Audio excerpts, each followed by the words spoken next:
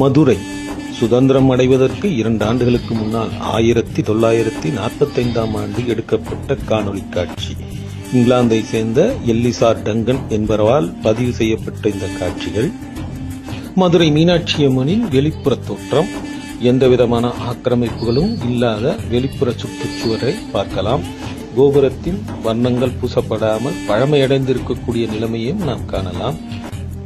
வண்டி வாகனங்களற்ற சாலைகள், ஆடை அலங்காரங்கள் ஆபரணங்கள் இல்லாத எளிமையான மனிதர்கள் கோயிலை சுற்றிலும் சுற்றி வருவதை காணலாம்.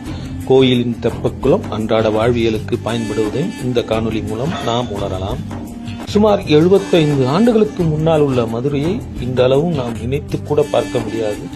அப்படி ஒரு பிரம்மாண்ட வளர்ச்சியை அடைந்திருக்கக்கூடிய மதுரை மாநகரில் இன்றைக்கு உள்ள நவநாகரிக மங்கைகளின் தோற்றம் அன்றைய காலகட்டத்தில் அந்த நவநாகரிகம் இல்லாத எளிமையான இளம் பெண்களின் தோற்றம், தெருவெங்கும் காய்கறிகள் வியாபாரம், கூடையில் சுமந்து சென்று இருக்கக்கூடிய சூழ்நிலையை காட்டும் படமாகத்தான் இதை காணலாம். பெண்கள் பெரும்பாலும் ஜாக்கெட் அணியாத சூழ்நிலையில் தான் இப்படத்தில் தென்படுகிறார்கள்.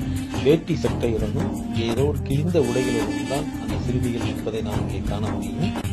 மதுரையின் முக்கிய அடையாளமாக திகழக்கூடிய வைகை ஆற்று பாலம், அந்த பாலத்தை ஒட்டியுள்ள தரைப்பாலம், தரைப்பாலம்